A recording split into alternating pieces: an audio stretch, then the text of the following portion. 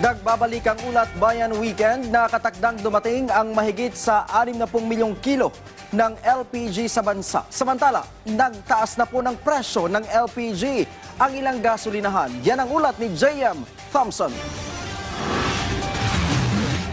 Siniguro ng Department of Energy na sapat ang supply ng LPG sa bansa. Inaasahang darating ang 66 million kilograms ng LPG mula Amerika, Canada at Mexico na magdadagdag ng isang buwan na supply.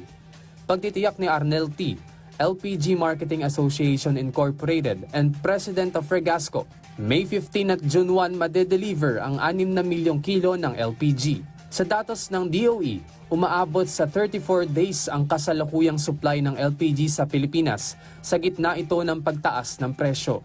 Samantala, nagtaas na ng presyo ng LPG ang ilang kumpanya na aabot sa 16 pesos hanggang 37 pesos ang dagdag kada kilo.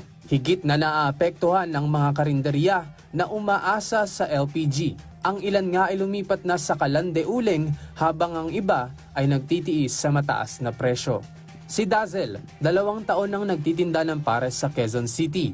Ramdam na ang pagtaas ng LPG mula 870 pesos, ngayon ay umaabot na ng 1,500 pesos. Sa kabila nito, hindi siya nagtaas ng presyo ng kanyang tinda at hindi binabawasan ng serving. Balance pa rin, ganun pa rin. Patas pa rin. Hindi pwedeng basta-basta magtaas kasi kawawa rin naman lahat ng ano. Wala nang kinikita. Wala nang makakain.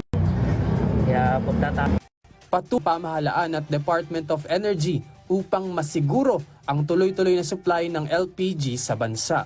JM Thompson para sa Pambansang TV sa Bagong Pilipinas.